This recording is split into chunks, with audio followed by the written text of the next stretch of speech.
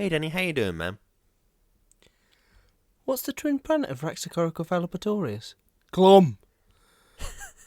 Yeah, it's that's a nice bit of world building, dressed up as a I was going to say a clumsy joke. It's not a Yeah, clumsy joke. It's just a poorly executed joke. It's yeah, a cheap joke. and it comes at the end of the episode. Um, Yes. When do the Doctor and Rose show up in this episode of Doctor Who? Oh, 10 minutes before the end. Oh, fucking perfect.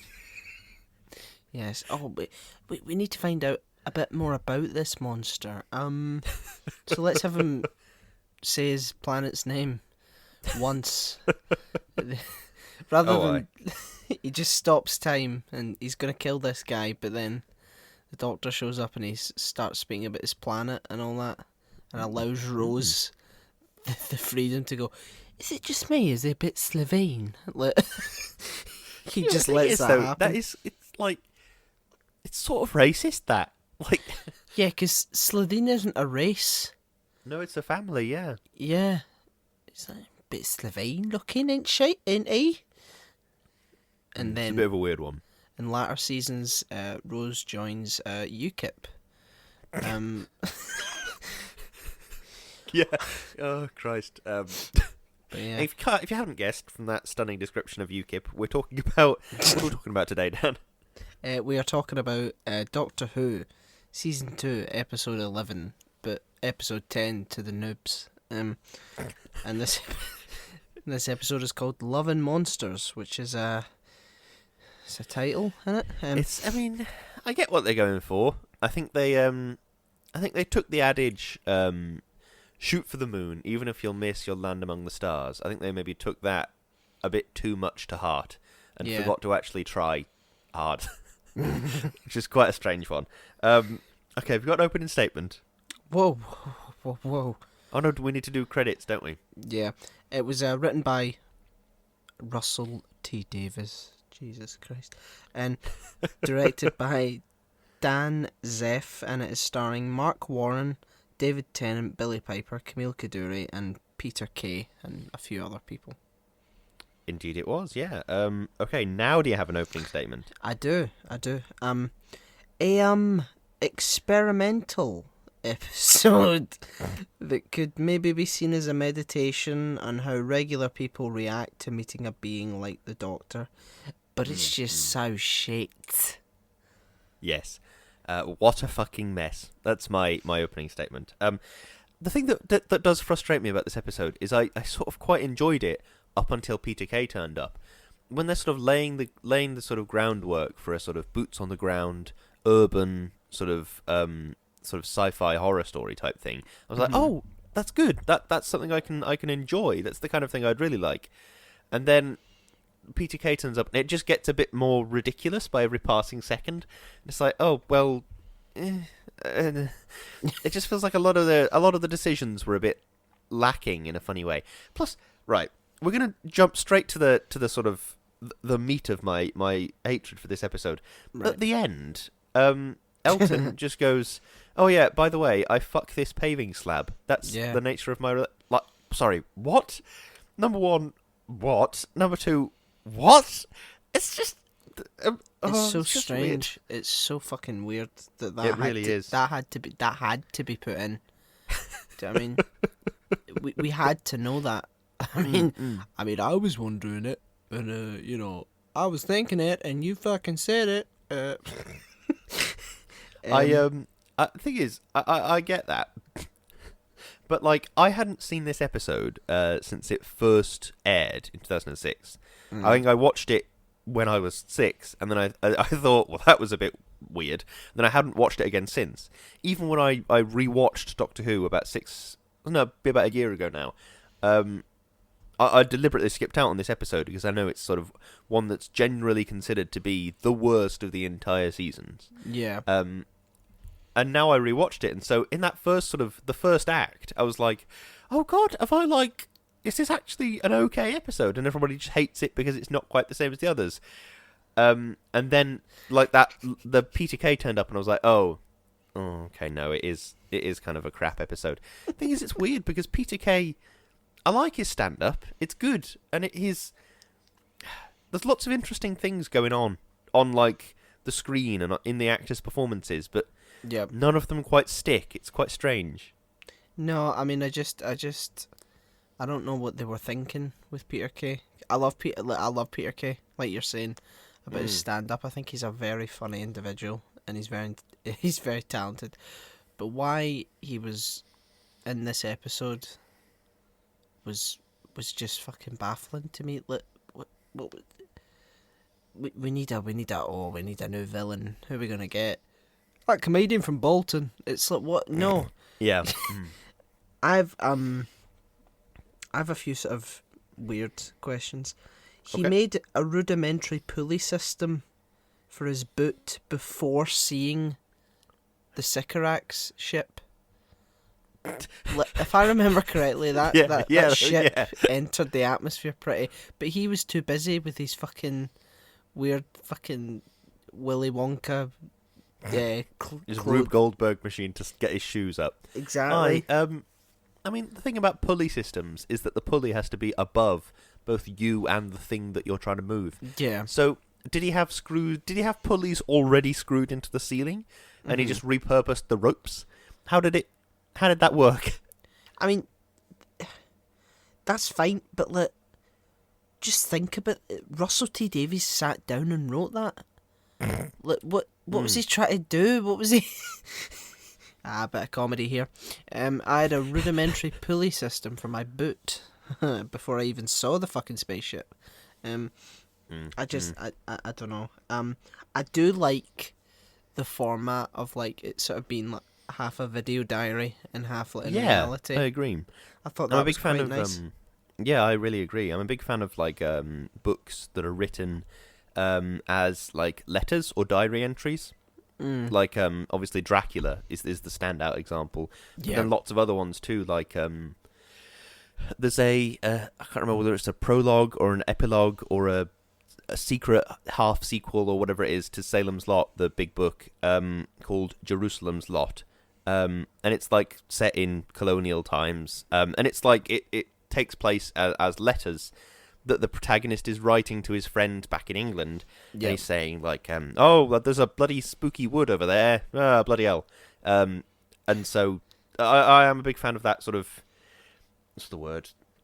The format. And of course the other one is World War Z, the book, which takes place as like a series of interviews, but it's like so effortlessly, seamlessly done, and it just all stitches together beautifully well. It's really good. Yeah, when it's done right, it's like done right. Yeah, exactly. This could have been like really interesting as an episode. Like, there's like precedent of an idea of like there being like an elite team of like investigators about the Doctor. Like, exactly. Which I just think they missed a lot of stuff that they could do. Like, why was the Absorbaloff the villain and not like the elemental shade that killed his mum? Yeah, that yeah, could have been completely. a good sort of character arc, sort of completion. Yeah. I know. I couldn't agree more. Yeah, it's the only or even other the thing. Beast at the beginning rather than Peter Kay. What I'm saying is, anyone but Peter Kay. The episode was very overpopulated in a very funny way, wasn't it? It was hard to define, but yeah, overpopulated is the word I'd use. Yeah. I was watching this with Chloe. Chloe brought up a very interesting point. If Elton or Linda or whoever, in total they've had 6 encounters with the Doctor. What are the chances of all 6 encounters all being David Tennant? I know obviously that this episode was filmed during David Tennant's era, but what are the chances of that? Because like, that's a good point. It could have been any of the Doctors, but then this is something I've explained away with my own little sort of headcanon, is that I think that each Doctor keeps a track of what is the modern day for them, essentially. And so stays out of the other person's way. Yeah, I think that's the only way you could possibly do it if you were a time traveler. Like, I think that, yeah, basically. But when did Jodie Whittaker join? Like 2018 to 2021, and so the 13th Doctor would say, okay, well that's my modern day Sheffield, I suppose. That's when I'll go back and forth, and then when it's not my turn, the next person will go 2022 to 2025 or whatever. Yeah, but we also know that the Doctor doesn't know their age. So, like, how would he be able to track That's that a good down? point, actually. Yeah. Maybe the TARDIS is doing it then, like unbeknownst to the Doctor. I mean, when you get into it, you can really just explain it all away with one of two ex machinas, one being the TARDIS, one being the sonic screwdriver. Sorry, the magic wand. You can explain it away very easily. The door opener is. But apart from wood, but then it does work on wood sometimes because the writers forget their own canon. But the timing of the video series seems a bit strange. I honestly don't remember. Well, like there's him talking about things changed. He's talking in the past tense, and then it cuts to him looking at his house, going, "Oh, I don't know what happened," and it's Ursula that's holding it. So did that happen before? Because we know by the end of the episode that she can't hold anything. Yeah, that's a good point. Not even a blowjob joke. Fuck's sake. I had to say it. Listen, Russell T Davies I know. put that in my head, right? He thinks I'm just going to treat it as fun innuendo and let it... No, definitely not. It's a terrible idea, and I'm going to treat it as such. I'm going to complain at great length about this stupid fucking joke. Yeah, over a decade old. The computer literally blew up. When Elton said the internet went into meltdown, and then his computer literally blew up. Does he not understand the internet? Is that what he thinks? He thinks the internet is just his computer, so he's like, "Oh, it's on fire! Ha ha! What's happening?" Yeah, see, I don't know whether that's like a sort of metaphorical, sort of in his head sort of thing. Maybe. But then there's no other points like that, so that's kind of just lazy. I do like how it traces back to like everything that we've seen, and it's like a genuine sort of humanly perspective on things that happened. But it's not any different from like what you would expect. Oh my god, there's aliens. This window shop dummy. Like they could have had an interesting perspective on it, but imagine if it had worked in a shop dummy factory. Yeah, exactly. That would have been interesting. I mean, I don't think it would have been. I think there's a better way to tackle it. But yeah, you are right about this being a cool concept, especially now in the age of vloggers.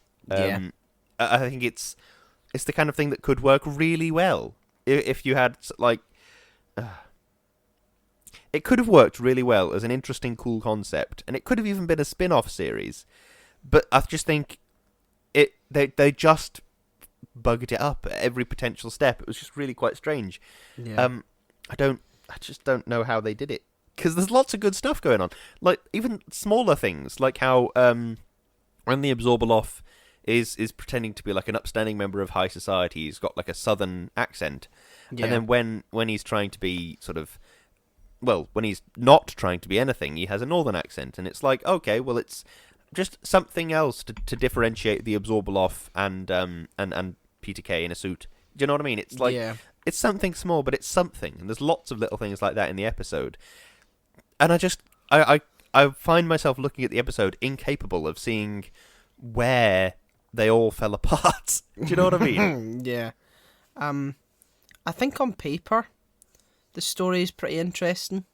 Yeah. Like, because it's a group of sort of traumatized people who come together because they've seen this sort of thing connecting their pain, and then eventually it just becomes a club that they enjoy, and this horrible sort of serpent just appears and just completely puts himself at the top of the group, and then slowly begins killing them off one by one. Like that's an interesting story on its own, but it's like you get a wee montage about the characters and all that. Yeah, and I thought that was really sweet. Yeah, I liked they start making dinner, and then they start doing music, and it's really just like a lovely little group that they all have, where they can all come together and just express themselves in the way that they want. And then Peter Kay somehow has control of the lights by his voice, and lights. So there's some dick in the back going, "That's me," and just. It would be quite funny if PTK had like a sleeper agent who's just in there exclusively to lights. control the lights. But it's interesting like that. But it's it's poorly edited. The acting isn't very good for a few of the characters. Yeah. I think Elton is severely like one note. I didn't give a fuck what happened to him. No, I know what you mean. I was struggling to care with that one. But I don't know, it's not a great episode. No. It's I'd forgotten. I didn't realise quite how creepy Elton was until I watched this episode. Because it's just mega creepy. How he initiated a relationship with Jackie. Yeah. It just in order to get to the doctor, but also it's just creepy and grotesque and weird and it's horrid. Yeah, there's no like sort of indication that he's willing to do things that other people won't to get to the doctor. Yeah, I mean, exactly. that could have been interesting, but instead he's just a creepy man who pretends to fix things, and then it's like, I'm gonna get a bottle of red wine, I'm gonna get a takeaway, and I'm gonna leave that picture of your daughter in my jacket, so you can. Yeah. You'd think if he'd been going over, I know it's a step the story has to take for Jackie to somehow realise that Elton's a weirdo, but you'd think that if he'd been going over consistently for quite a long time, then he would start leaving the picture of Rose at home. Yeah. Why is he? I just don't get it. It's weird. Yeah, it is a bit weird. In case is it in case he forgets what she looks like? Yeah. Plus, wouldn't that old lady maybe tell Jackie? She'd go to Jackie and be like, "Oh yeah, did that man find you in the end?" And she'd go, "What?" And say, "Oh, that man. He was a skinny bloke with blonde hair, and he had this picture of Rose." Do you know what I mean? Yeah, I mean it's like they portray it as like, oh, it's a tight knit community, so of course you're just gonna find who you're looking for, but then it's never treated as such, you know. Yeah, it's quite odd. I do like Jackie. Jackie is a good character, She is a good character. It frustrates me that she's treated so poorly throughout the show. She's treated as a sort of randy housewife who will objectify anyone she sees and pour wine on them. I mean, it's just it's not really characterization, and I do like the fact how Rose pretends that she actually gives a fuck. Like, you upset my mum as I travel months at a time without saying anything to anyone. It's like, come on, Rose, get off your high horse, pal. Do you know? Yeah, I know what you mean. The sort of influx of episodes has made me forget how much I hate Rose as a character, but I've been gracefully reminded at the end of this episode. So cheers, Russell. Cheers for that. No, it's I don't like Rose either. The Office is a bit ridiculous. When they're in that basement, the thing that made it quite sort of endearing in a funny way was that it looked a bit shabby and shit. Yeah. Like, you sort of got the vibe of like, oh, okay, one of them knows the guy that works in an office upstairs, and he says, "Oh, can we have the room for a couple of hours on Tuesday nights?" Do you know what I mean? It's like, it's quite an endearing, because that's a bit of world building you can do for yourself, and I think if you're putting in that bit of effort to tell the story to yourself, what's the word? It sort of becomes more believable, almost, in a funny way. But then Peter Kay brings in bookshelves filled with plasma globes and skulls. It's just bizarre. Yeah, that's sciencey. That's what science is. It's plasma globes. You need and one of those skulls. for science. You need what's it? A Faraday generator for science.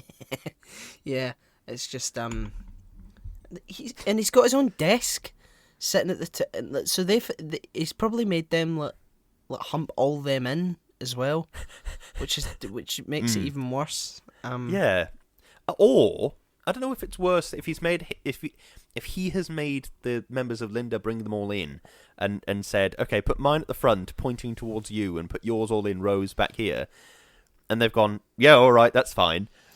Or if he's dealt with all the desks on his own, yeah, and then this sat is at more one efficient. Yeah. yeah, this is very efficient, this is perfect. And nobody's gone, hang on, what? That's weird. Yeah. There's some great stuff that they could have explored, but they just didn't. And it's a shame. And I think it makes it worse that Russell T Davies wrote this episode, because he's written some of the best episodes in the show's history. Yeah. You know, I just It's I think they were sort of, what's the word? Sort of kneecapped, I suppose, in a strange way. Are you aware of how the Absorbaloff came to be? yeah, it was created by another content creator called Channel Pup. I was not aware of this story. I thought it was a Blue Peter competition. It was, but the person, Yes. the 9-year-old that made the drawing is now a YouTuber called Channel Pup, and created a video explaining their defense of the episode and why they like the episode. Okay. Have you seen the video? I have. What points do they make? Well, they said what I said, that that it's a good episode. Like it has interesting sort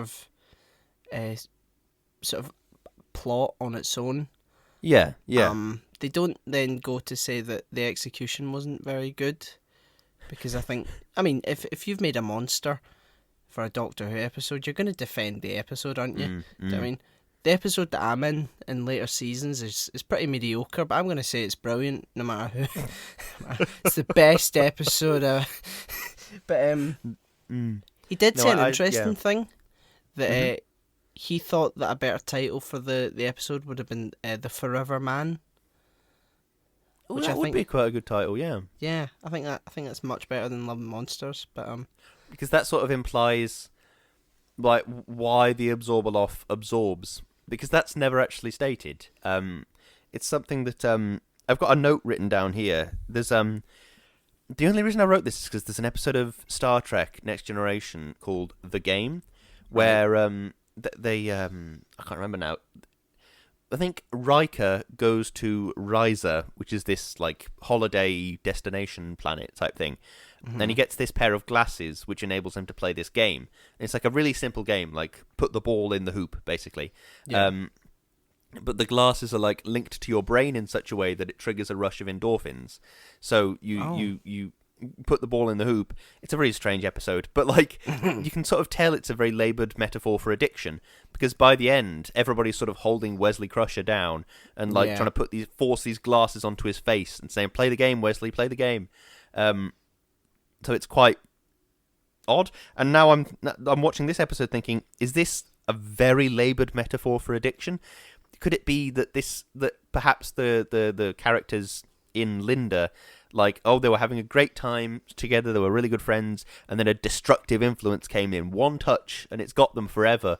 And do you know what I mean? Could it be a very laboured metaphor? Yeah, like they were sort of side-roaded from actually getting over the trauma that they experienced by like the embodiment of like sort of, you know, greed and impulsivity. Like the fact that the Absorbaloff, just as a character, just cannot help but killing as soon as he gets there. Like, yeah. Like, and then comes up with half-baked excuses like, "Oh, didn't you tell you she's getting married? Oh, God. It'll never last, stupid girl." But, no, the Forever Man is also in reference to the Doctor as well. Oh, yeah. And like how ordinary, sort of regular people react to being like that.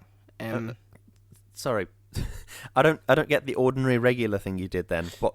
Because the Doctor's just like not so much with like Russell T Davies, more so with Moffat, but like he's like the most important thing in the universe. The armies run away if you say his name, rather than, "Oh, good, we've got injured."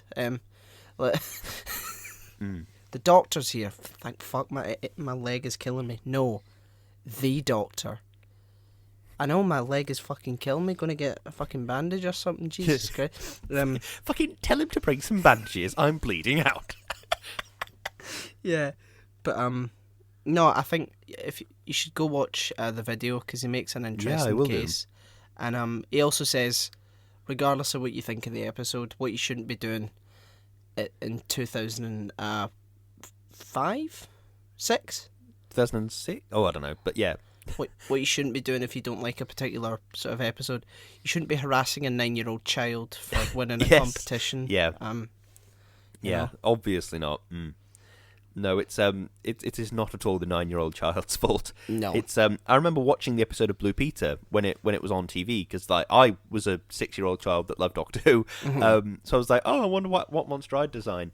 I remember thinking, oh, cool, it's like kind of green and interesting and weird. That's kind of cool. Yeah. And then I watched the episode as a 6-year-old child and thought, oh yeah, that's kind of weird and interesting and cool, I guess. Yeah. And I didn't think much of it. Yeah, now I look back and the episode isn't great, but the only other time I can think of where they had a competition winner design a piece of Doctor Who stuff was the Doctor's wife.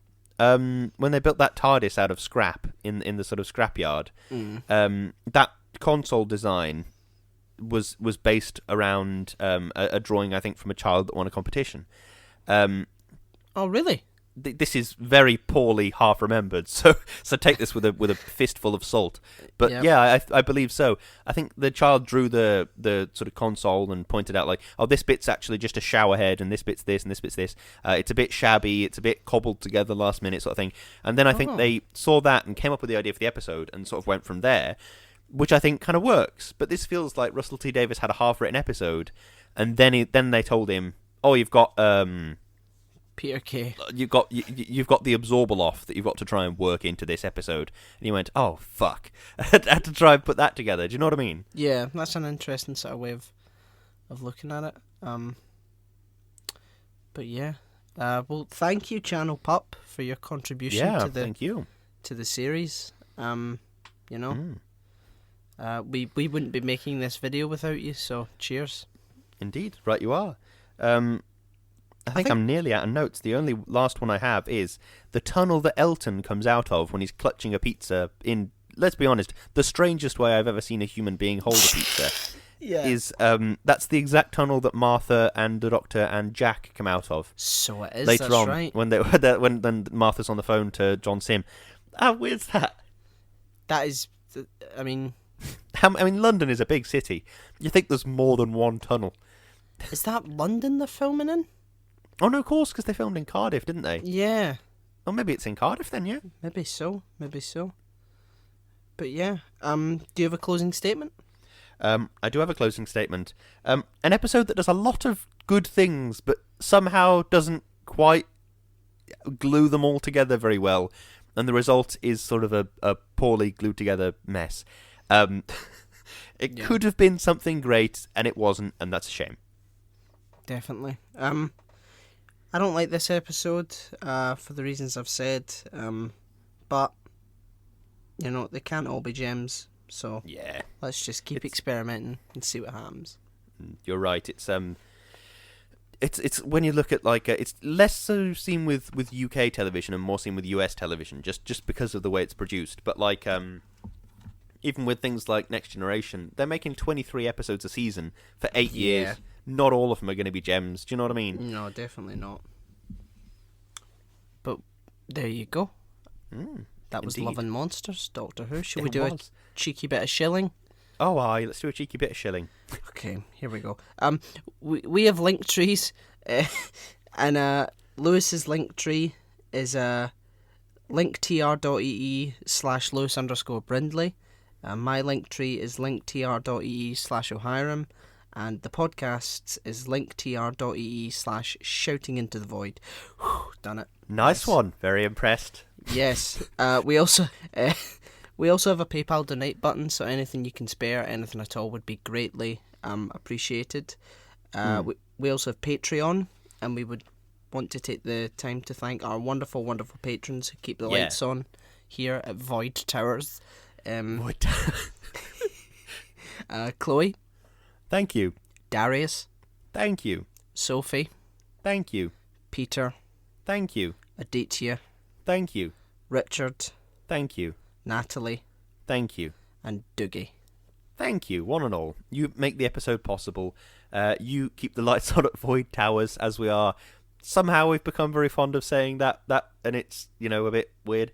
But you do keep the lights on and you do help us pay the bills. So thank you very, very much, one and all. It means a lot to know that we've got your support. Absolutely. We also have merch on Teespring and Redbubble, so go over there, check it out, see what you like, see what you don't, and treat yourself, eh? Yeah, treat yourself, and we will absorb a loaf of your cash. Oh, that was laboured. Jesus. that was not good.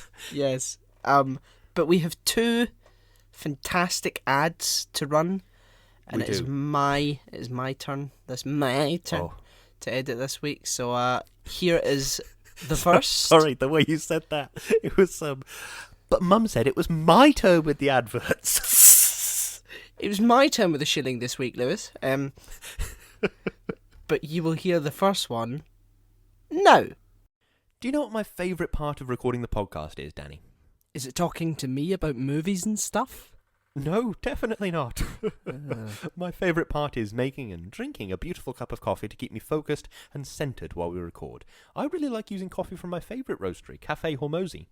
I've heard very good things about them. Aren't they a small, family-run roastery in Kent that roasts, grinds and sells excellent coffee? So good, in fact, that they guarantee not to ship anything they wouldn't drink themselves? They are indeed. They have a 100% customer satisfaction rate, and it's easy to see why.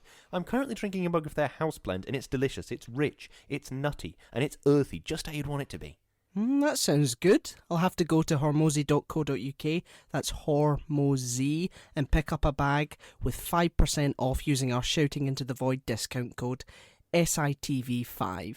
That sounds like a great shout. I'd personally recommend their Vietnam White Dragon Origin coffee. It's delicious, and just like all of their coffee, it's great value too. Great! Now can we go talk about movies? No, this cup of coffee's far too good. That is just, fantastic. Blimey, that is amazing. I don't know if that was the coffee one or not, but I did take a sip of coffee while you were in the lead up to that, so that's a very exciting time for me. Well, if you thought that one was good, wait until you hear this one. Right now. Danny, I've got some amazing news. Oh, really? What? I'm going to make you a hat. Thanks. But why? Well, because Right Side Yarns, who sell beautiful and unique wool, have recently released a new range. Oh, I've heard of them. Aren't they that fantastic Scottish business that sells high-quality hand-dyed products perfect for crafting with? They certainly are, and they're sponsoring the show. Really? Have they heard the show? Yes, and apparently they like it. Kezia, the owner of the business, has given us a generous 15% off code for any of our listeners to use. Is that why you've got Void 15 written in your hand? It is! If you or any of our listeners would like to use the code, simply enter Void 15 at checkout with a capital V. Great! Where do I check out? You can go to their website at rightsideyarns.co.uk or check them out on Instagram at Kezia_rightsideyarns. Fantastic! This hat you're making me better be good.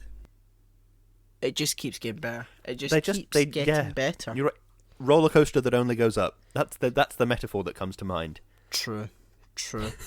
And last but not least, we are partnered with yet another amazing company called Number 12 Crochet Avenue, and Lewis is going to say some wonderful things about them, all of which are true. Indeed. Number 12 Crochet Avenue is a wonderful company run by my wonderful wife, in which she crochets, and she's really, really good at it. She's actually just started a new project.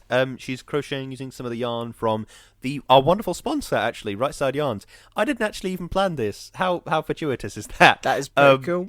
Exactly. Yeah, she's just started a new project. I'm sure she'll be putting some updates on the Instagram in no time at all. That's not the right phrasing. Soon. She'll be doing that soon. So you can go and check that out at Number 12 Crochet Avenue on Instagram. It is just those words and letters. There's no numbers, no punctuation. Go and take a cheeky look. Absolutely. Well, that's the end of this episode. And it's the end of this episode. I believe Fear Her is next. Yes, it is. An episode where, if I remember rightly, David Tennant sticks his finger into a jar of jam and then eats a load of jam off his finger. Yeah. Oh, the doctor doesn't know how to behave. But anyway,